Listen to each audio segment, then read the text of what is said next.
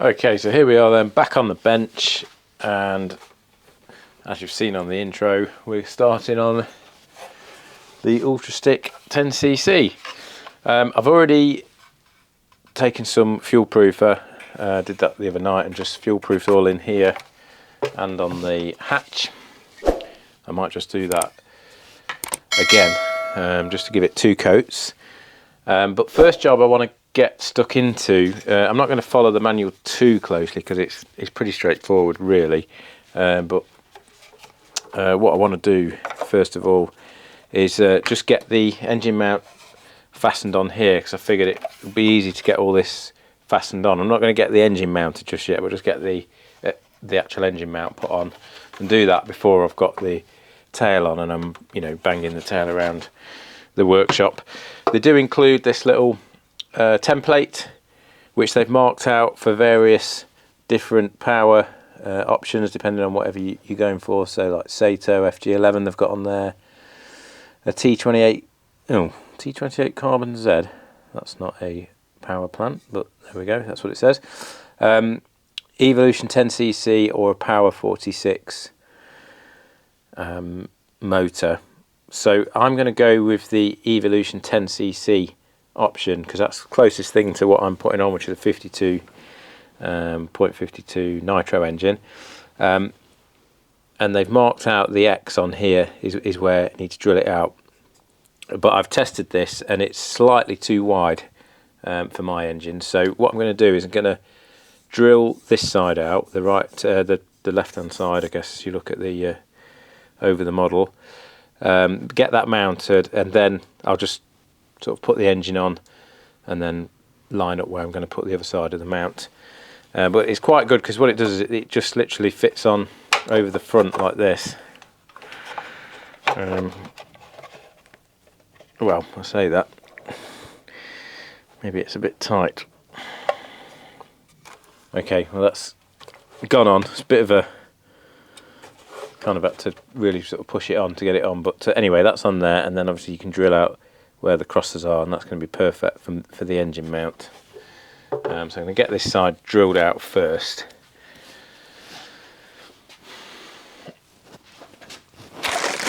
And I'll just show you the engine mount's just one of these, so it's one of these that comes in 2 halves. So I'm going to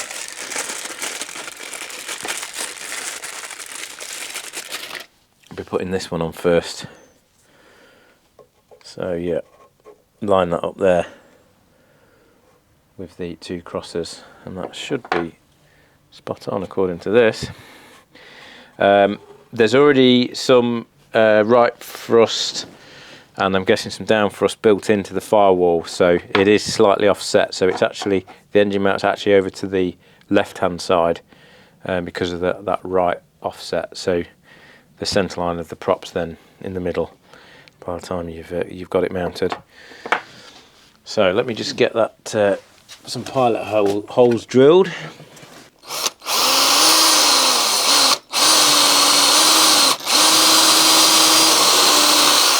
Okay, yep, that's worked.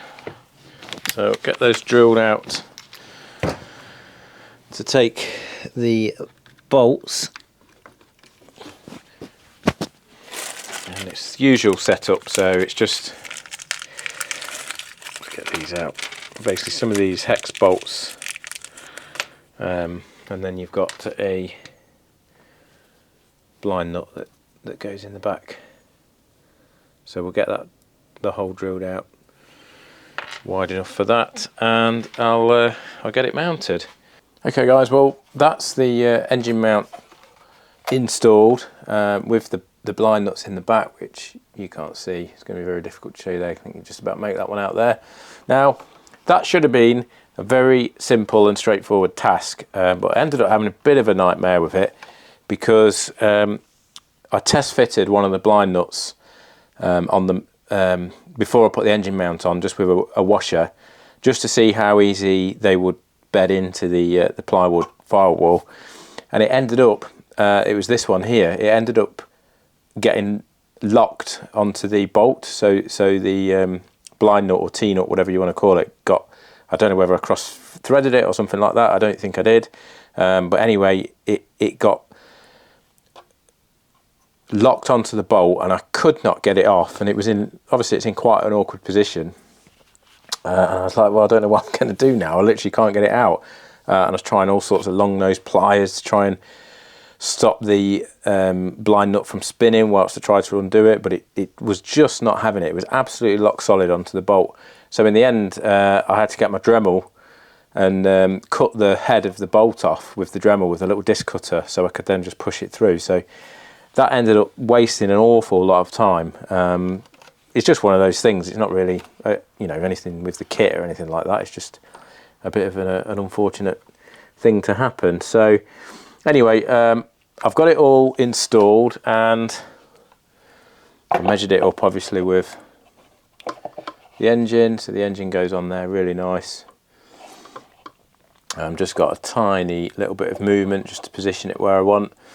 I'm not going to fasten the engine in yet because obviously I can slide it up and down here a fair amount. It does give you in the instructions, it recommends it to be 122 mils from the front of the firewall to the front of the prop back plate there.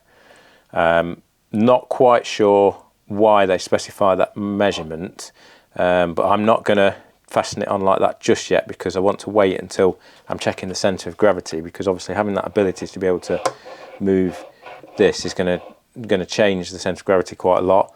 So if I say need to put a little bit more weight in the nose, rather than do that, I can maybe just slide this forward a little bit and that might make the difference. So yeah, but it's good to get that on, and I've got all the inside fuel proofed. I've put 2 coats of fuel proofer on, and I've just done the top hatch as well, so that's all ready to go. So I'm going to put the fuselage now to one side, and my next job is going to be just getting these servos installed into the wings. So these are the servos I'm going to be using. So these are the McGregor Metal Gear digital servos. So they're all standard servos as well that this takes.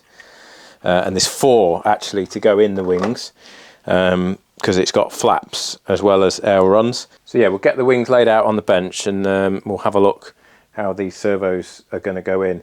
Okay, so next job I'm going to get on with is just getting the wings all sorted. The wings are absolutely massive on this huge cord one-piece wing as well, which does make it nice and easy really to set up. So we've got 4 servo compartments, and there are flaps and of course ailerons. We've got to get the horns put on. That's probably going to be the first job I do actually, on the ailerons and the flaps. That's 4 horns got to go on. Then I'm going to put these, get the hinges CA'd in place. It's come with the usual sort of CA style hinges, so they're kind of the furry ones, which I like, so that's good, and it really lets the CA wick into them. And then once I've got these on, then I'm going to be take these covers off and get the servos mounted. And they've put, as you can probably just about see on here, yeah, so they've put the string on each of these compartments, and it all comes out through these holes here. So that's nice that they've done that, so we can attach the servo leads to the string and pull it through. So yeah, first job I'm going to crack on with is getting these hinges done. So I'm going to get the surface side done first. So make sure obviously that the hinges are about halfway in.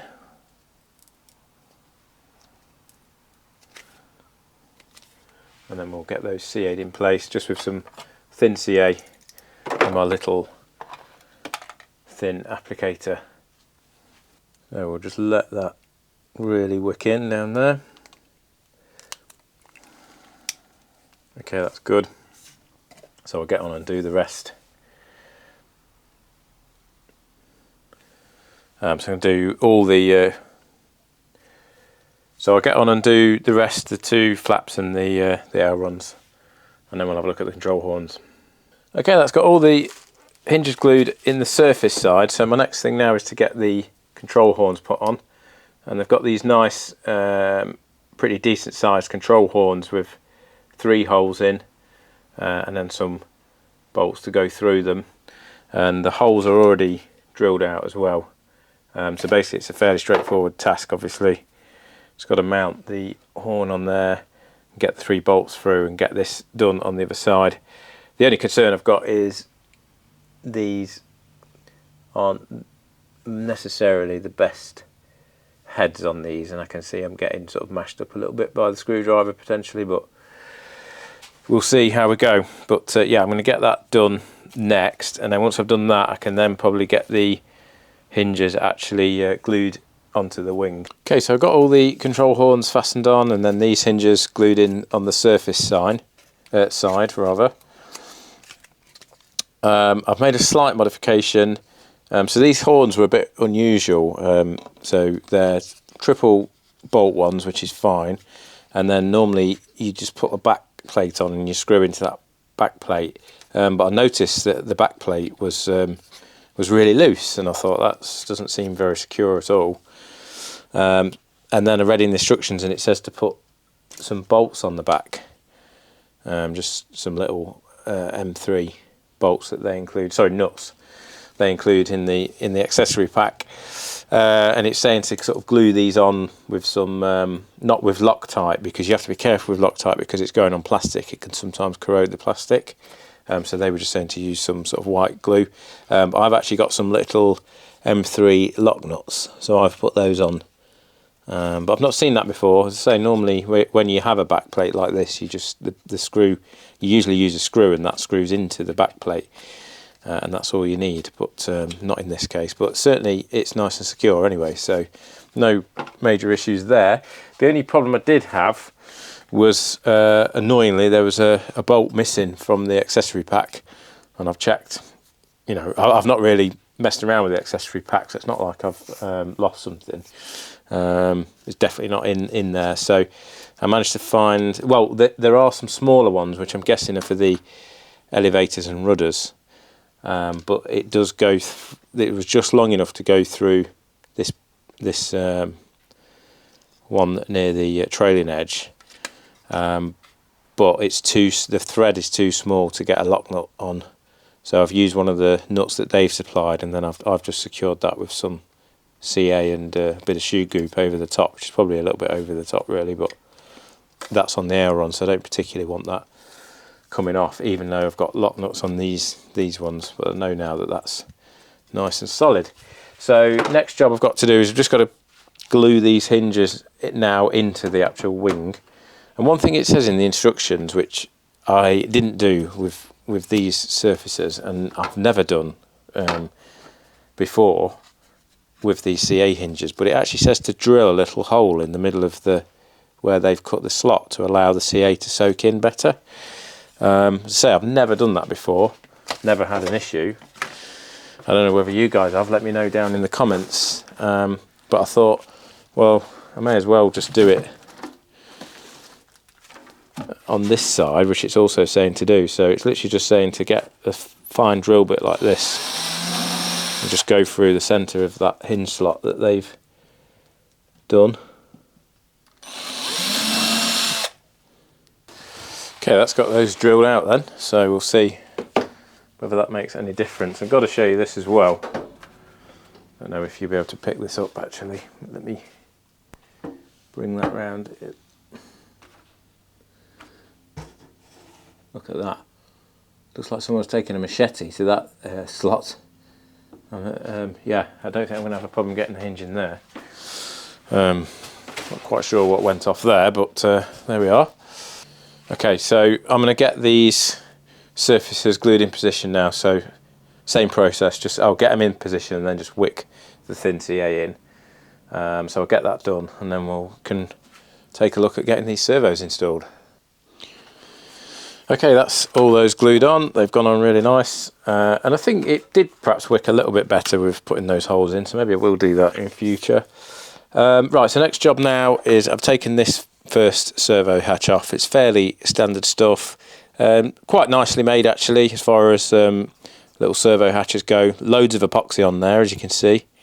So they've got tons of that on, and then you've got these little ply supports there as well. And the servo just fits in So yeah, that goes in quite nice. The only thing I have had to do is change the servo horn, because the one I did have on it was too small and it was only just sort of poking through the top. But fortunately I always keep spare ones, so I did have some bigger ones there, so that's fine. So basically I've just got to take the grommets off this one, because this is one that I used previously. So take those off, drill the 4 holes, put the grommets and top hats etc back on, and then get that screwed into position. So yeah, I'm going to crack on with that. Got all 4 to do, obviously. Now the only thing that is important to note, and I think they've probably done it already with the hatches, but in the instructions, oh look at that, I've actually turned straight to the page, amazing. It does actually say the servos have to be orientated in a certain way.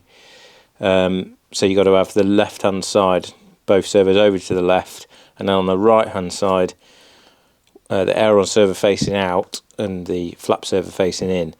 And I think they have done that. Yeah, they've done it with the servo hatches anyway, but there's just a reminder there in the instruction manual, because obviously you need to get that right, because the 2 flat ones are going to go the same direction, and obviously the aileron ones are going to go opposite directions.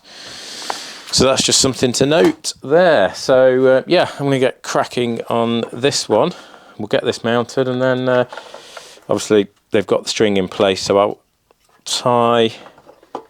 Yeah, we're going to need at least double the size of the extension, because I want plenty of cable available on that. And what I'll do is I'll put my extension lead on, and then I'll just put a little bit of heat shrink over the connectors. It's just the way I do it. Lots of people do different things, but then I know that it's going to be nice and secure and it's not going to come undone. So yeah, let's crack on.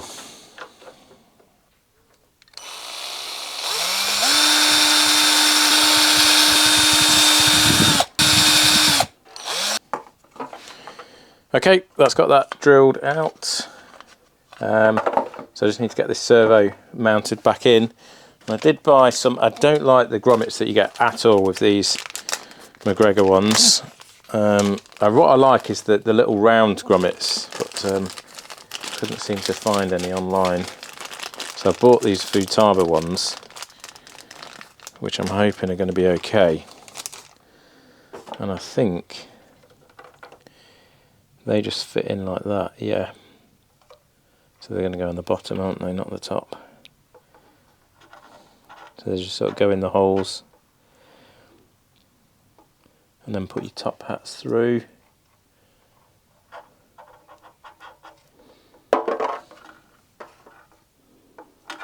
Actually, no, maybe these do go on the top, actually.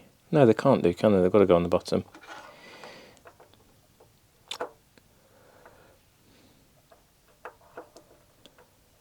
There we go, that fits in there quite nice, actually.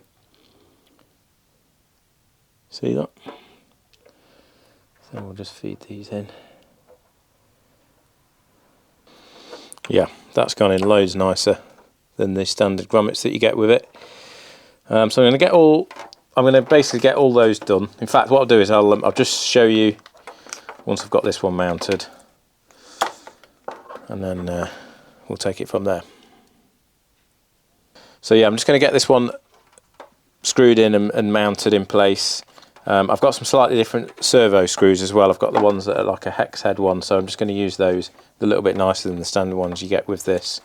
And then the other thing I've got to do, oh actually no, I don't need to drill them out, it's pre-drilled, so that's good. These are just taped on as it comes out of the box, but you do get some little screws in the kit just to screw these hatches down, so we just need to poke a hole in the film and fasten those in. So I'm going to get this one sorted. I'll show you what that looks like, and then we'll crack on with all the others. Okay, so that's gone in really nice. These little servo screws I've got, they're really good. Just some little 2.2 by 11mm Allen key screws. Sorry you can't see that, from rcworld.co.uk, and they just come in these little packs. But you tend to find with a lot of these sorts of things you just end up stripping the heads, whereas these are Allen head or hex head, and they're not the tiny little ones either. They're 2mm hex head, so it's quite a decent size Allen key you put in there. So yeah, that's gone in really nice. So what I've got to do now, I've also connected the extension lead, and I've just put some heat shrink around that, as you can see, so that should stop that from coming undone. And I've tested it as well with my servo tester, which is always important when you put an extension lead on, because you don't want to get it all fed through and then find out that it doesn't work. So that's ready to go basically. So what I need to do is they've put the cord here already, so I'm just going to take that off. I'm actually just going to feed it through here and then just tie a couple of knots in it. Okay, looks like they've tied them all together, but anyway, that's fine, because that is definitely going to pull that one through.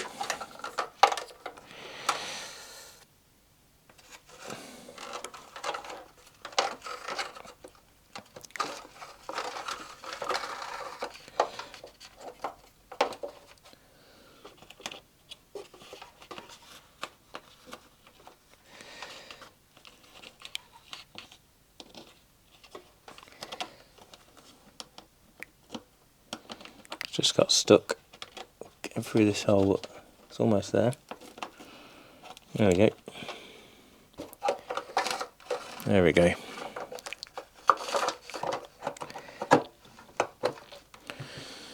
Okay. And then what I'll do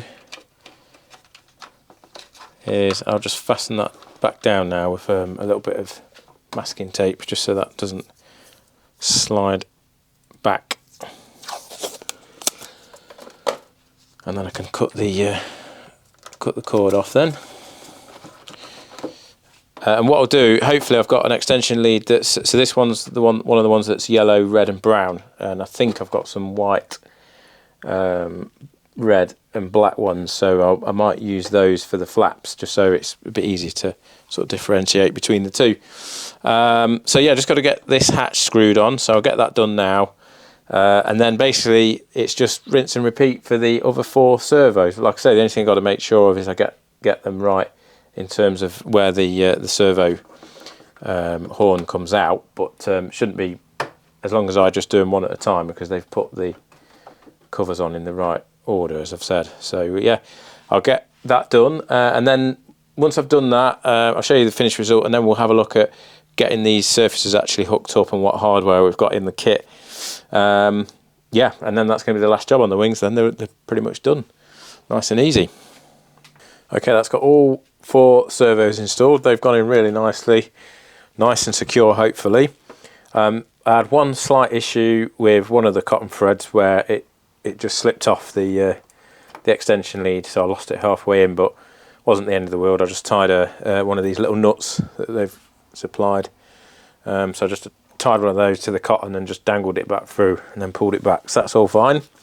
So the only thing I've got left to do really to finish the wings off is just to get these push rods and clevises all set up. So you get 4 push rods in the kit, and they're really chunky actually, pretty good quality, quite thick.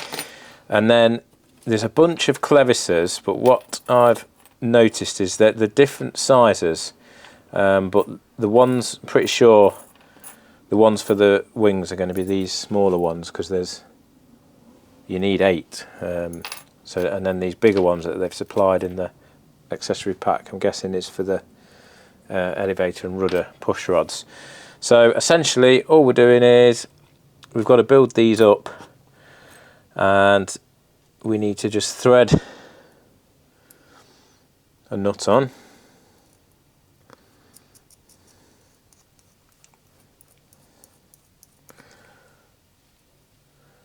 and then we're going to need the fuel tubing stuff. But for saying that though, I might put that on here first, I think will be easier. So I'm going to thread that through there.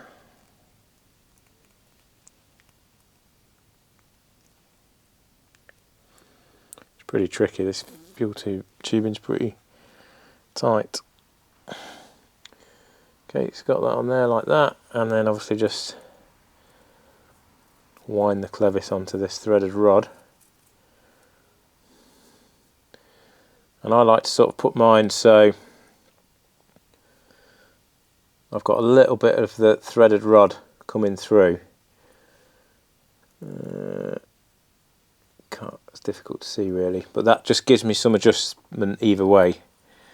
And then obviously when you've got it adjusted, you would just tighten this nut up to kind of stop the clevis from wobbling around. But of course it won't come undone because it's attached to the servo arm or the control horn. So let's get another one done. Don't seem to have many of these nuts. I don't know whether that's just me.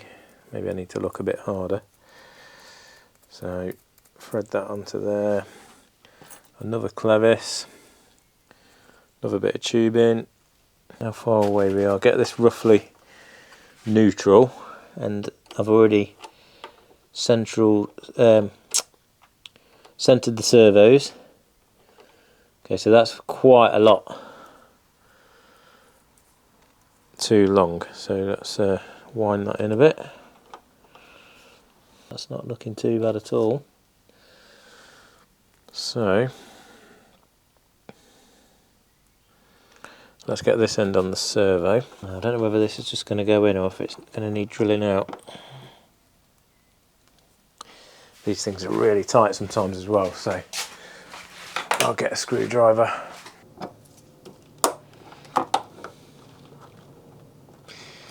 No, I think that's going to need drilling out just a tad. Let's try that. I think that's going to be maybe not enough. There we go, that's good. Okay, that's got that side on. Then let's just see where we are with this one again then. Yep, so still wants winding in a bit more. Okay, let's just drill this out as well just to be sure. Oh, that's fine on there. So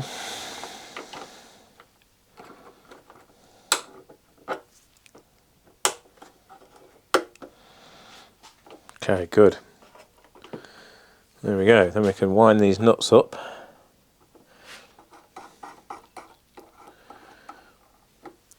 And then you would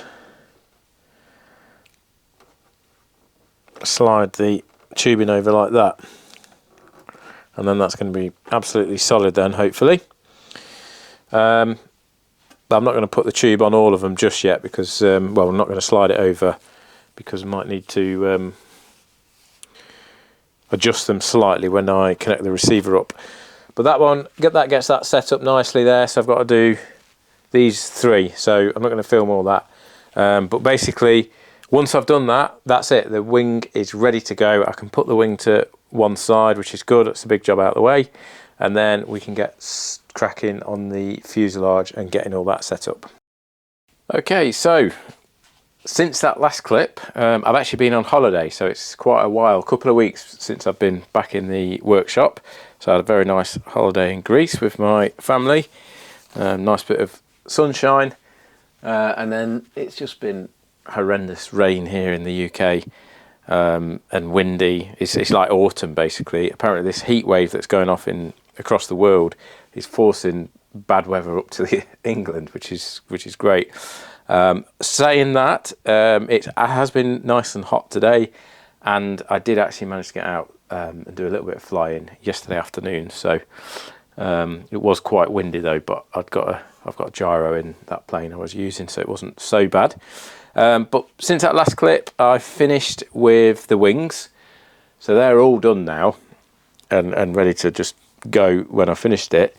So now I'm moving on to putting the horizontal stabilizer on, which is this here. And as you can see there, I've marked this out, measured it up, marked it out, and I've trimmed the film off to reveal the bolts are underneath.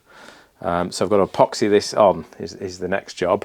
But what I'm going to do is I'm I've got the fuselage flat on the bench, and this horizontal stabilizer actually goes on the bottom like this.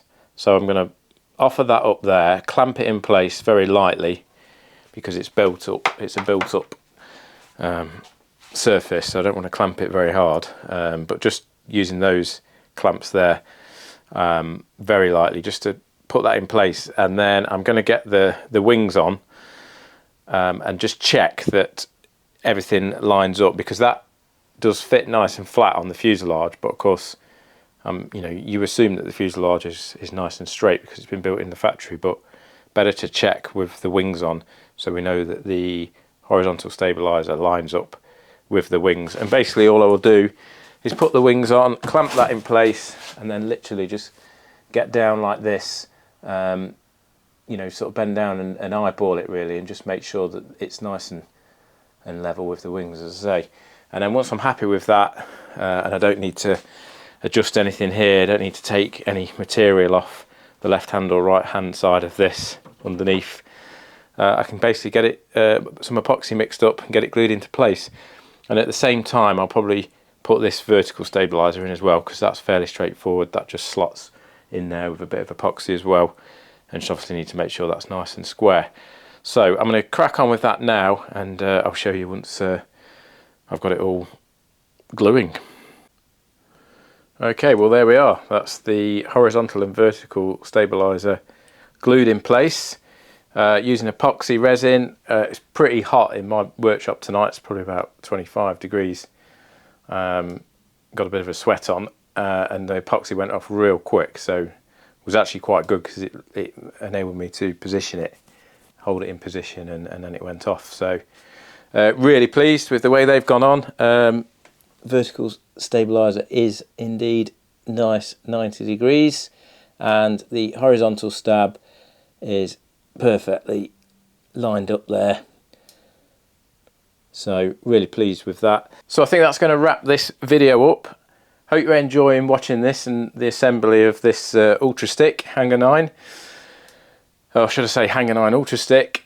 If you are enjoying it, then I'd really appreciate it if you'd help me out by clicking the subscribe button. We're almost at 1,000 subscribers, which is fantastic. And if you're into nitro and balsa, and you know, these sorts of videos, building balsa kits and that kind of thing, then you're going to want to subscribe to my channel. You could also help me out by giving me a thumbs up and hitting the like button. And if you want to see the next episode, then if you hit the bell and you're a subscriber, then it will alert you when I release the next episode. And of course, for everyone who has subscribed and all those people that support me and all the comments I get, I really appreciate it. If you have got any comments, obviously stick them down below and I'll always get back to you. And in the next episode, we've got to get the tail surfaces on, so we've got to get the elevator and rudder. Elevator is a little bit tricky actually, because it's like a little joining piece, and it's just a bit, you have to sort of get it into position at the same time as putting the right hand elevator in, but nothing major. So we'll get all that done. I'll temporarily put the undercarriage on, and then I'm going to start in the next episode as well, getting the engine mounted. But before I do that, I want to just sort of do a mock-up and make sure we've got the CG right, because I can slide the engine on the mount backwards and forwards, so we can get the CG spot on.